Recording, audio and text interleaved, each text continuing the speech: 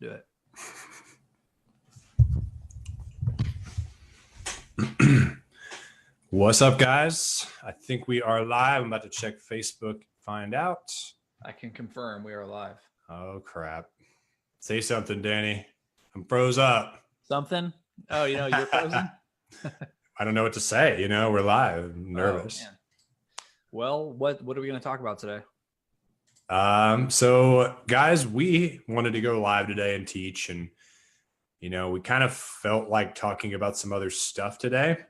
Because Danny and I have a very wide range of interests, and there's a lot of different things that we're passionate about and things that we believe are required to have a full and rich, well-rounded life. Passive income is obviously a big one because it leads to so many other things like quitting your job, spending more time with your loved ones and traveling, diving into your passions and your hobbies. So that passive income covers a lot of bases. But it doesn't cover everything. There's a lot of other elements to life that, are very important to understand so that you have happiness and joy and all those things. And we wanted to just do sort of a loose sort of kind of video here where we kind of just hit the ball back and forth, Danny, and we cover some of those things. So why don't you start it off, Danny, because I've got this delicious veggie chili that I need to eat. Skipped lunch today. Oh, no. Yeah. Well, it's your fault, man. We were talking about the business. Sorry. Why don't you start us off and tell us, what's something that passive income will never give you? Sure. So I think one of the things that I take note of the most because I've been in the digital marketing space in general for a while. I've been in small business my entire life. I'm talking from the age of 14. So I think the biggest thing that money in general, and then specifically, as it relates to us, passive income, it does not fix who you are as a person, or maybe I guess more specifically, it doesn't fix your relationships. It doesn't help you to have better relationships. That's something that I think a lot of entrepreneurs struggle with. Especially because you have a lot of goals, you have ambitions, there's a lot of things you want to accomplish in life, but that does not fix, and sometimes can even cause problems with, spouse, your family, spending time with your kids, friends, relationships, stuff like that. So why do entrepreneurs struggle with relationships? I think has a lot to do with your ambition, and how motivated you are. You pick something to be really excited about and that you want to create in the world, whether it's for yourself or something you're sharing with other people, your product or a service. And I think that entrepreneurs probably struggle with it a lot because they don't necessarily have someone else who is as excited about that as they are. Their wife might be supportive and all, but most of the time, your wife isn't involved, or your, husband, whoever you're married to, isn't involved in what your passion is. If you want to be a real estate entrepreneur, how involved is your significant other in that? Or if you're not married, how involved are your friends in that, or your families in that? And so as such, you kind of spend a lot of time in a silo, if you will, in this zone of trying to figure out this problem and solve this thing and get it out to the world, get your message to the world. And I think that can honestly cause a lot of your relationships to suffer because you might feel isolated or cut off to a degree. And those other people may also feel like they can't relate with you. So. Yeah, absolutely. I can totally relate to that because, as my wife knows, my career is one of my most important priorities. And so much energy goes towards that I think sometimes she feels like there's not enough energy, left for her at the end of the day. I think she's actually in this group. So if you're seeing this, Carly, first of all, wasa, dude. Second of all, I love you first and foremost. But, I wake up every single day with this strong urge to grow something and move the ball forward in something. And it's just it's just nagging me. Can't be ignored. That's what it feels like to be an entrepreneur. If you guys are in this group, you understand that. And so, And Danny, as we kind of go through these, maybe we shouldn't spend tons of time on each one so that we can knock out like a list of things. I'm going to make a comment for each thing we've discussed that passive income can't give you. Okay. The first one's relationships. But to sort of, wrap that one up before we move on, give the people some tips on how to have good relationships. Sure. So, I mean, specifically as it relates to being an entrepreneur, you have to control your time. Out of all the podcast episodes I've done, out of the ones you've done with your podcast, among the top ranking episodes are ones that relate to time management. Because time management doesn't just relate to you getting work done, it relates to your whole life. And so making sure that you're managing your time in a way that also allows you to have time for your relationships, like that's absolutely essential. If and that might mean something as granular as blocking out time on your calendar to spend with your significant other or to go out and hang out with friends. Mm-hmm. Don't feel bad if that's what you have to do to make it happen, but just do whatever you've got to do to make it happen. Because ultimately, none of this matters if it's ruining your relationships with your significant other or your family or your friends and stuff like that. So being an entrepreneur is an important calling, but if you're not making time for relationships, then what's the cost? Absolutely. It's good stuff, man.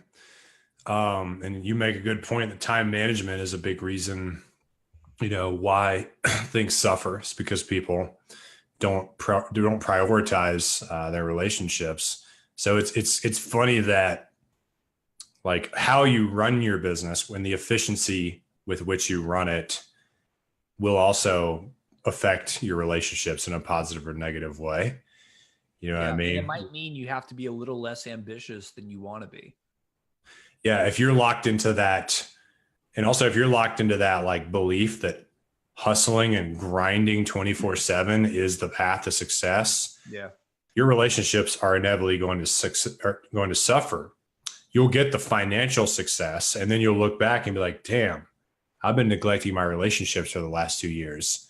Now I've got money in the bank, but my relationship bank account is negative, and you're not going to be proud about that. Yeah. Right. So the key is to find a way to do both.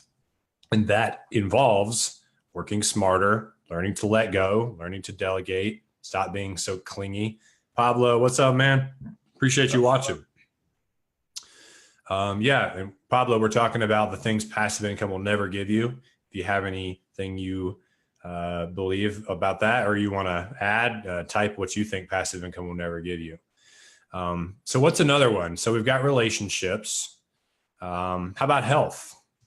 Yeah, that's a good one. Health. And I'm going to turn that one back around on you. I think out of the two of us, you're probably the one who's a little bit more health conscious than out of the two. So how do you balance growing your business, but also taking care of your health? Well, if I can be candid, which I can, because, this is our group. When I see someone who's successful, who has it all in terms of like, they got the big house, they got the big car, they're well known and they're making a difference in the world, but their health is out of whack for whatever reason. I'm like, what's the point? Yeah. You know what I mean? Like this dude could die tomorrow. And you did all this work to craft an amazing lifestyle that you're going to enjoy living. And then you're risking like the possibility of like losing that lifestyle way early because you get some kind of a disease, you had a heart attack or whatever. So to me, it's just like a silly miscalculation on the whole thing. But another thing is like your health feeds into your enjoyment of life. Like we talked about this earlier today, is that your level of energy that you have each and every day, it makes or breaks the quality of your life. Yeah. Like when I'm hungover and all I do is order a breakfast burrito and I sit around watching Netflix all day, like those days suck, and I just feel anxious and just weird and my brain doesn't work. And it doesn't matter if I've got passive income or a great relationship or whatever. If my body hurts, right, and my brain won't think correctly, it just ruins the whole day. So I mean, like, what I guess so. Obviously, there are certain things that like might be hereditary diseases and whatnot that you're going to get or deal with or whatever. But like, what are some things that you can do that like are very much in your control? Like, I think because I think a lot of people feel like their health's out of their control. You know, like it's just it's overwhelming. Like we talked a little bit again about this earlier about how for me I wanted to like know nutrition better and have a better idea of what I should or shouldn't be eating and what kind of exercise I should be doing and stuff. But like that information is just really overwhelming. You can probably go out there and buy a good course or find a good mentor or something like that for sure. Can give you some guidance. But like, what are a few things that are like things you can do now that you would recommend someone do to have control over their health? Yeah, I mean, so I can rattle off like, eat healthy and get exercise, and I will, because those are the obvious things. But for whatever reason, those don't stick with a lot of people. People know they're supposed to eat vegetables. They know they're supposed to work out, but they simply don't do it. Right. So there's a lot of mindset involved in this and understanding why it's good for you and how it's actually going to be easier. It's going to make things easier if you suffer a little bit and learn to like salads and green smoothies instead of like bacon and eggs every morning. Right. It's going to give you way more energy. But one thing that really helps me, guys, is to wake up in the morning and get the exercise out of the way right up front. Right. So Tony Robbins, he calls it your hour of power every morning. And he goes through all the things that you do, like affirmations and gratitude and vision and all this stuff. But like exercise is one of the first things I think you should do. Sometimes I work out in the afternoons because when I would do that, I get more work done in the morning. Like if I work out in the morning, it seems to eat up like a huge time block. By the time I get back home, take a shower, make smoothies, sometimes it's like 10 or 11 in the morning. I'm like, dude, because your energy is like in the afternoon, my energy actually is better for exercising and worse for thinking. So I am rethinking like the morning thing. But I guess it boils down to the person. There's certain people who just like morning is better for everything, for exercising, for whatever. But I get better workouts actually in the afternoon, evening. But like you have to block out time to exercise. Exercise exercise and diet are kind of like side by side for how important they are. But like guys, I don't know if this is the right time and place for me to dive into, everything in terms of diet and exercise. But I want you to think of yourselves as like an athlete, like a professional athlete. Okay. If you were a professional athlete, what would you put in your body? How would you treat your body so that you performed, at the highest level? You wouldn't be messing around eating junk food. You wouldn't be skipping workouts, right? Because everything depends on it. Or another analogy, let's say you had $1 million racehorse. You paid $1 million for a racehorse, right? And you're like a jockey. What are you going to, feed that racehorse? Only the absolute best of food. Whatever the best thing is, you can buy the most organic, like best food you can buy, like the rocket fuel that's going to help them. I know you like rocket fuel, Danny. You have to treat your own body like that. You realize like your biggest asset is you at the end of the day. I was just going to say, that's so interesting. Like asset, you got to think about it like an asset. Yeah, exactly. Like you wouldn't buy a Ferrari and put cheap gas into it if it required the 93. You would buy the 93, right? It's just like, It's silly to treat your body any other way than to put the absolute best stuff in your body. I don't think you should skimp on like getting high quality organic vegetables and stuff from the grocery store. I think you should find other ways to, like work your budget to where you can afford that. Yeah. Even if you have to like make a big pot of like vegetable chili and eat it throughout the week or something to spread the cost around. I don't know. There's ways to do it, but like you have to like, here's another example, guys. So I like this game called Counter-Strike. It's a video game. It's like a shooting game, right? It's really popular. There's big tournaments and $1 million prize pools and stuff that happen all over the world all the time. It's been around for like 20 years. I got into it in college. I still play it. Okay. I hope someone else plays it in the group and asks you for your gamer tag. Dude, I would love to. Yeah, you can have free coaching if you play Counter-Strike. But anyways, like the world's best Counter-Strike team. Okay, these are video gamers. And what's the stigma, right? Like fat, lazy, eating Doritos, chugging Red Bulls. All right, a lot of the guys that are in that scene, they do that. But the team that's the best, that has been crushing everyone for the last year, they actually train like professional athletes. They train at a facility where like a professional football team plays.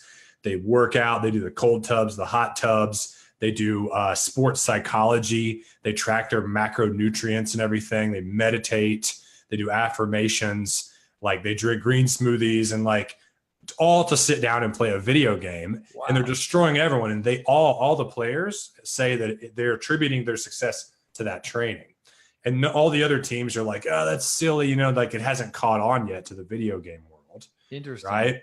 Yeah. But in the world of like real sports, it's a no-brainer. If you don't train and eat right, there's no way you're going to compete at the highest level. But it's true for everything.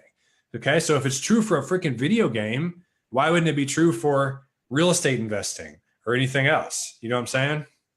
Yeah. And I think it always comes back to what you said, asset, which I thought it like right before you said it, when you were talking about the horse, like you're right. Like if this was a race horse or like a, you know, I don't know. I just, that's a great analogy. I don't think I'd ever thought about it like that. You are your own $1 million racehorse, Danny. Yeah. You know, so feed yourself the best stuff, take care of yourself, take care of your brain, take care of your body, and you're going to do better.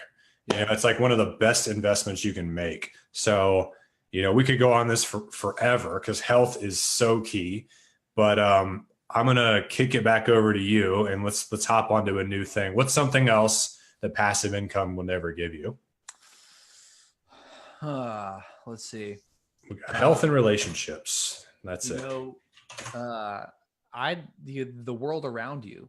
What do you mean? So like help me, you can kind of help me distill this into a single thought because my brain kind of goes all over the place sometimes. But like basically what I'm thinking about is like, so community engagement, like being a part, like community. Yeah. Community, the best way to put it.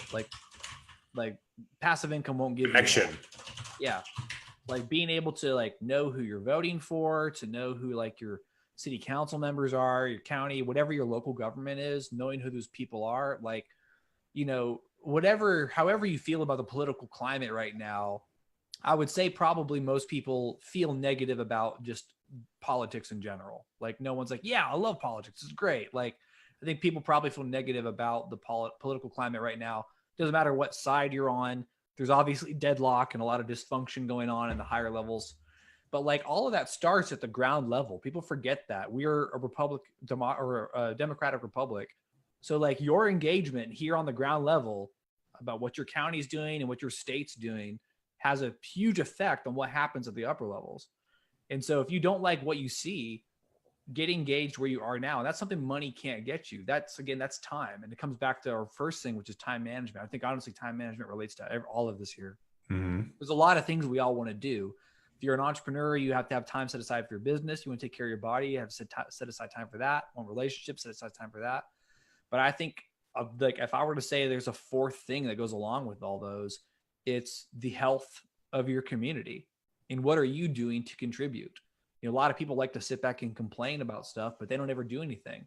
You know, they sit, you know, eating Doritos or whatever, you know, I mean, whatever. You don't have to be a fat, lazy slob to not be engaged, but you get what I'm getting at. I think it's just money's not going to fix the political problem. And in fact, I would say the money actually causes a lot of problems in our political process, but I don't know. Community, I would say, is definitely something that you can't get from passive income. It comes from you taking action and being involved, being an involved citizen. Makes sense. Or you can just be lazy like me and move somewhere where everything's already perfect. Yeah. And then stay that way.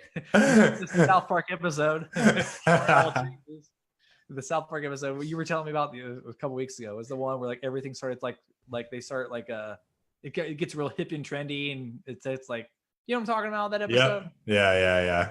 And it gets the area gets shitty, you know, because they weren't, you know, because of that same reason. So I think like if you happen to be in an area where you like it, that's great, but you better know that if you're not involved in some way, it's going to go eventually a route that you're not crazy about. So you're either, like you said, move, or you get involved and it's messier. But I don't know. I just think that a lot of people, and I was the same way, honestly, up until a year or two ago, it's not involved at all, but complaining all the time.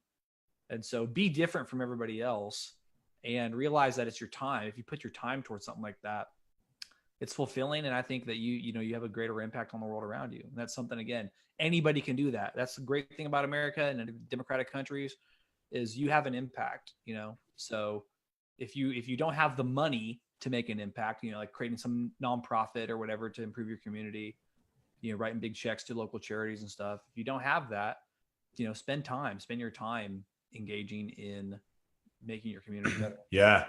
It doesn't even have to be politics, right? Because not everyone's interested in politics. I'm personally not, but I am interested in like small groups that exist within Denver of people that care about like business and like public speaking. Like I joined Toastmasters, digital marketing groups and things like that. And you also, like, what you're suggesting is linked to some almost greater advice. Is like, guys, they've studied people, like humans that live to be over 100 years old regularly. Okay. There are certain societies where the average age of death is significantly higher than in like the normal cities in the US, like we're used to, right? Where it's like set in the 70s. This is like 90, 100, it's like the average age of death with people living to be like well over 100 regularly. And they looked at what they ate and they were like, well, they don't even have Vitamixes there. So they're not drinking green smoothies like Brian, they're not going to yoga. They're not meditating. You know what I mean? They're probably not like lifting weights or drinking their greens powders. So why are these people all living to be 100 where these other people are dying in their 70s that are doing all those things? And the biggest thing that they found, the number one factor that increases your longevity, which is again tied to health, is a sense of connection to other people, a sense of community, right? My parents now live in a neighborhood called West Haven in Franklin. Have you ever been there, Danny? Maybe I've driven through Okay. it. It's like one of those neighborhoods where like all the houses are like kind of similar looking and the like landscaping is all like well done by the neighborhood committee. And there's like a gym and there's a Kroger and there's a school and there's like bars and restaurants and coffee shops, like all in this one neighborhood. And they love it. And the reason they love it is they walk out on their porch and they're like, hey, Bob, hey, Linda, hey, Jim. Or, oh, yeah, you want to come over for wine again tonight? Or you going down to the live music thing at the coffee shop again? That's and it's the community of West Haven, right? So they created a community. And those types of establishments are becoming really popular. And it's not just because you can walk to the grocery store. It's because people feel that sense of community. And so like passive income will never give you that. If you are a hermit that never leaves your house and never gets out, you could have all the money in the world, right? But you have to go out into your community and connect with other people in some way. Yeah. Other than just drinking at the bars, right? Yeah, well, that's the easy one for sure. That one works at times. That could be 25% of your engagement. Yeah, max. It's definitely a good place to meet people for sure. But yeah, no, and then to bring it back, like creating that community that your parents live in, that I can tell you right now, well, it's very likely. I can't promise it because they might be a unique scenario, but that happens over city council meetings and things like that, where they talk about developments and things like that. The public gets to voice their support or opposition to something. So yeah. It all just kind of bringing it all back is just like, you want a full life. These things we're talking about, money doesn't buy them. And honestly, some of these things are some of the biggest the biggest cornerstones to a full life: health, relationships, community. We only talk about 3. I thought we talked about 4. But yeah, those cornerstones right there to living a quality life. And again, those are all things money can't buy you. And all it has to do with yourself and the actions that you decide to take, no matter what your income status is. Absolutely. And I've got number 4 if you're ready for it. Okay, I'm ready. So you can help me define what I mean by this, distill it down for me. Because so when I finally did get, enough rental properties to pay for all my bills and I was able to quit wholesaling, which I was just doing to make money. Right. There was a period of sort of emptiness for me. And I was like, well, I can technically retire right now if I don't ever go out and, buy mansions or anything. Like I can live an okay life, like on this passive income. But damn, like, what am I going to do all day? And what's the purpose of my life now? Yeah. Right. And it wasn't until I got really clear on like the legacy that I wanted to leave, or the vision I had for my life, or what I was really passionate about. And it birthed this entrepreneurial endeavor of teaching and coaching and educating other people. And that's where I'm getting the most fulfillment from. It's not just like, oh yeah, I bought another rental. Yay. It's all about me, right? At some point you have to turn around and talk to the other people that are still a few steps behind you in the journey and pull them to where you're at, right? And then you get fulfillment because you helped them and you transform their lives. Yeah. So that's one thing that people don't see coming a lot. They're just so focused on like, dude, I'm going to quit my job in like 5 years. And I'm like, why don't you think about what you'd want to do? When you get all that passive income in 5 years, think about what you want to do then. Go ahead and start doing it right now. Yeah. Get the leg up, have 5 years of like momentum by the time you get to that point. Yeah. Like of, building a following or spreading your message or learning the ins and outs of these types of businesses.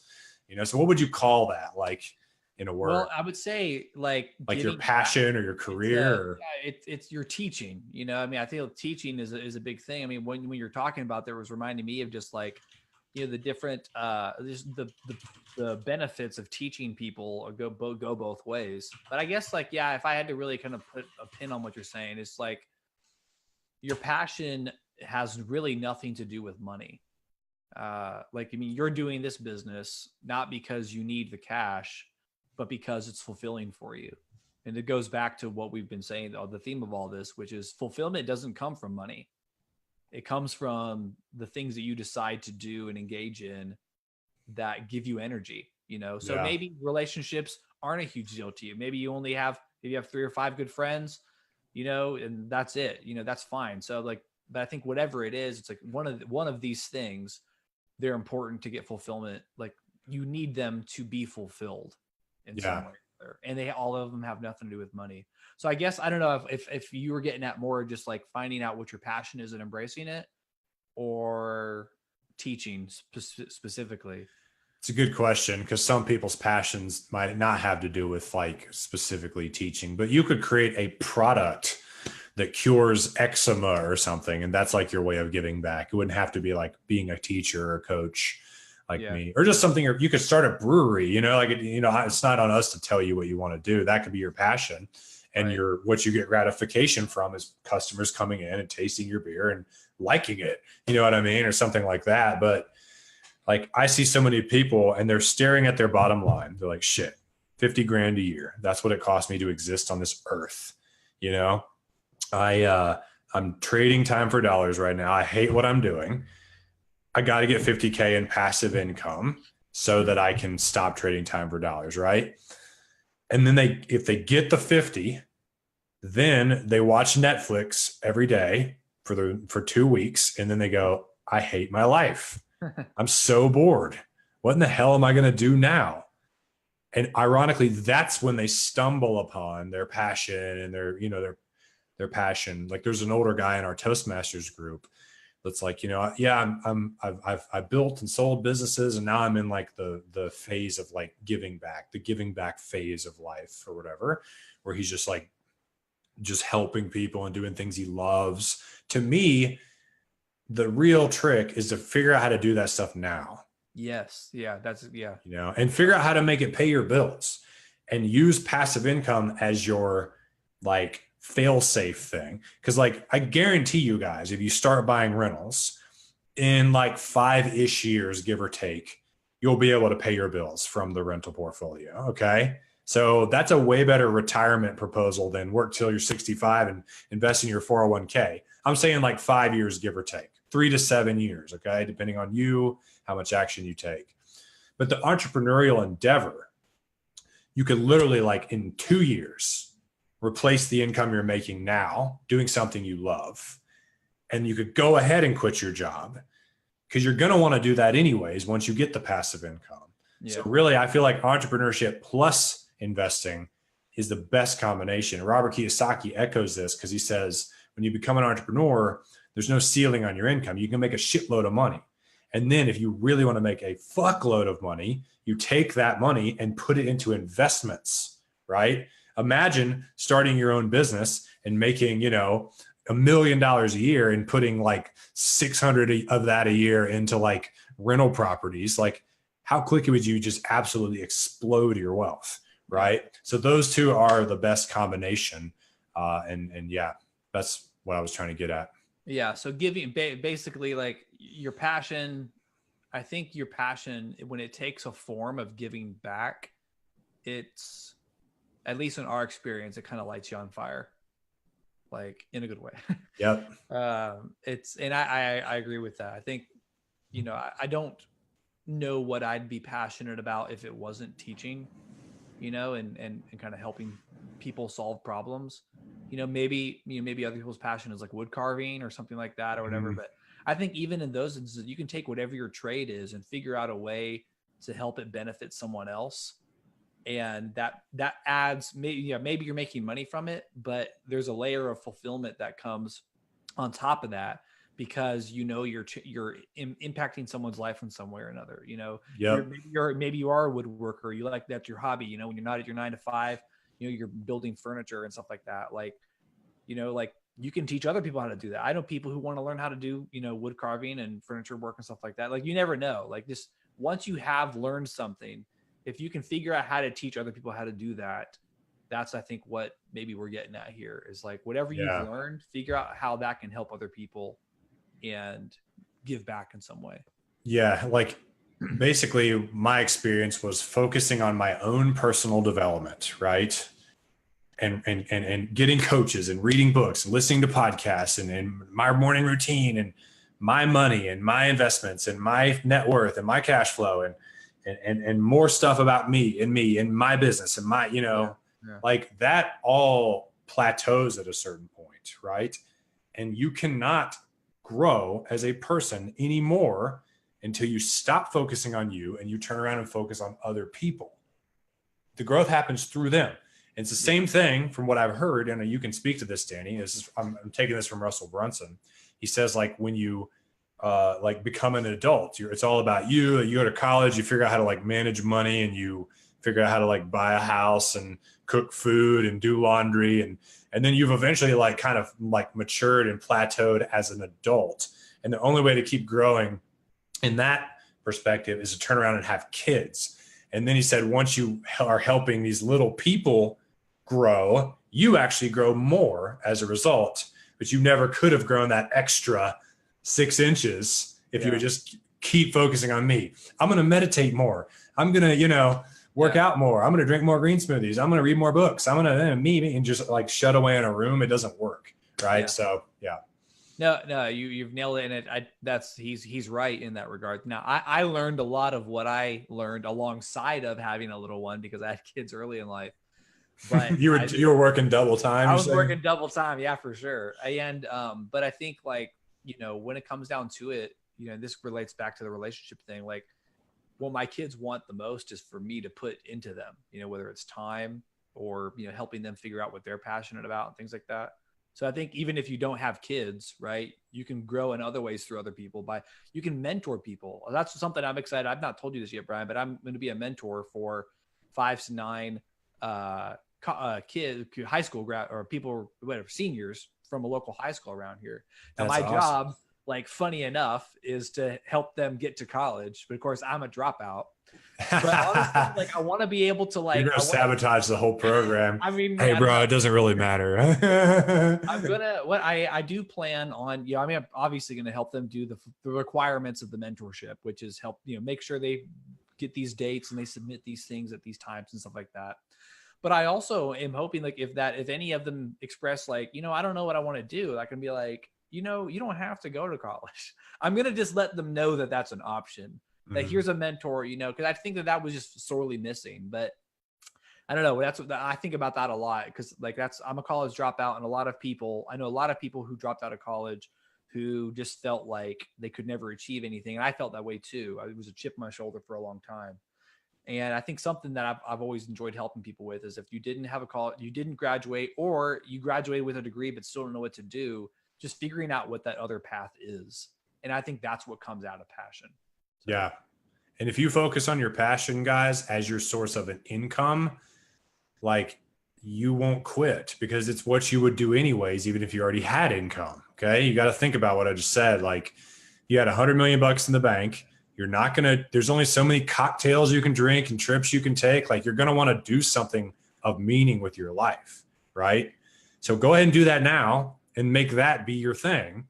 And it will pay your bills quicker. You know, you won't like have to take this roundabout path to discover that. You listen to like Steve Jobs, Warren Buffett, Bill Gates, all those guys who are the pinnacle of success. They're all their number one piece of advice is to found everything upon your passions, you know, and it's such an overused, cheesy thing. Follow your passions, right? And everyone shoots it down like, well, my passion, Brian, I wanted to play for the New York Yankees, you know? You're telling me I can go do that even though I'm, 47 years old and overweight? Like, no, you can't. You definitely can't go play for the Yankees, okay? But why is that your passion? Because I love baseball. I freaking love baseball. I want to be around baseball. Okay, now we're getting somewhere. What could you do that's baseball based? It's the worst possible way to say that. Like you start a podcast about baseball and you have tons of players on from, maybe you have to start with like college players because you can't get to MLB players yet. But, you grow a following and you do events or you go become a journalist or something like that. And all you're doing is baseball and you freaking find a way to make you your money. Okay. I think that's what it comes down to is like, you gotta like, it's, if you commit to finding a way to make you money, you will.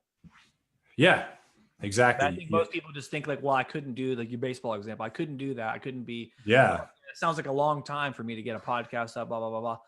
Well, like you got to start, so if you just start and you have your first person on there, well, yeah, you can't quit your job yet, but you got to start the dominoes so that you do get to eventually do that. Yeah. If you have 2 hours a week, like let's say 20 minutes a day or 30 minutes a day to put towards it, you're going to grow. That's going to grow at a certain rate. Even might not be as fast as you want it to, but you can do that in the evenings or on the weekends or on your lunch break, or whatever. Or maybe you can do it at your job. Maybe you're just sitting there doing nothing for half the time, like most people are. And there's a way you can get into this. And like, so many people like that I have this conversation with, they'll be like, well, my passion is like helping people with this or that. And I thought about starting a nonprofit. That's another like knee-jerk thing that people do. They're like, well, that has to be a nonprofit. Like nonprofit just means that you can't make any money. Yeah. And you're allowed to ask for donations. Why not just sell something? Yeah. Still help the same people and make way more money and not be confined by the limits of the nonprofit entity, that you have to create. That's a erroneous way of thinking, I think, to just go right to it has to be a nonprofit or whatever. Gotcha. Yeah. It's, I think basically like to summarize this whole point up, it's like, don't wait for your pile of money to start being fulfilled because money's not going to fulfill you anyways. So you might as well start trying to get at that now rather than later. That's a perfect way to sum it up. So we've covered, I can't see all my comments, but we covered relationships as the things passive income can't give you. Cannot give you good relationships. It cannot give you your health, physical health or mental health.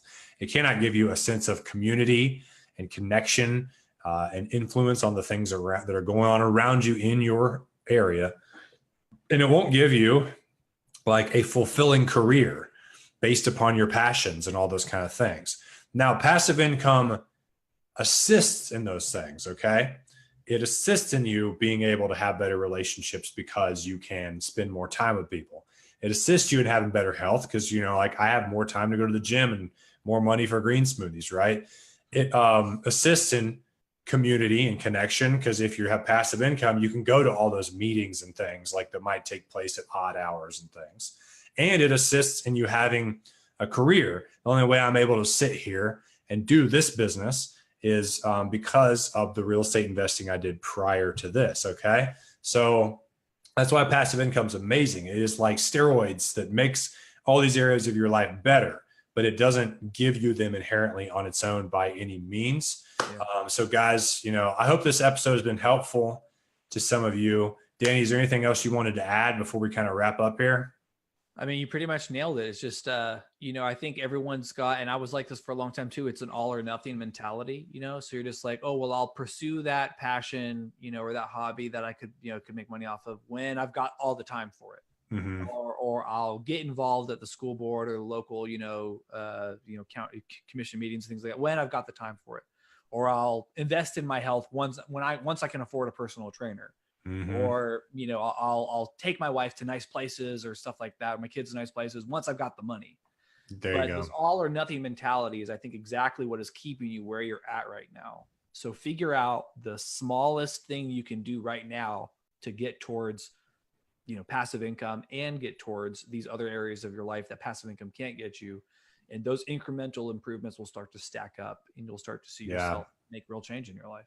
When you craft your vision for like 2019 and what you want to do, it should have like 5 to 7 like parts or segments, right?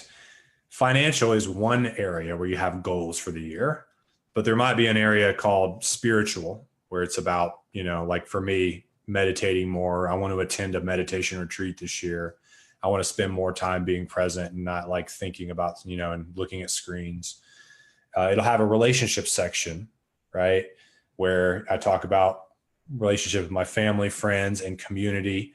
It'll have like a career section where for mine, it was all about like this business, so like, and those are all like parts of the tire, right? If you visualize that. And if any one area is flat, you've got a flat tire. And when it tries to roll, it's like, good. So your focus should be on all the different areas of life at all times, not just like go all in on financial stuff and just ignore everything else. Ignore your health. Like my health was in there too, working out, eating right, and things like that. That's a well-rounded vision for the year. That's actually going to get you like a life of a full life, so yeah, fulfillment. Yeah, it's all about fulfillment, not about stuff. There you go. All right, guys, thank you so much for everyone who took the time to watch this and who's going to watch it later tonight. And we do have a pretty sweet offer coming up. It's going live February the 4th, I think. You'll be hearing about it starting January 28th. We're doing group coaching. Okay.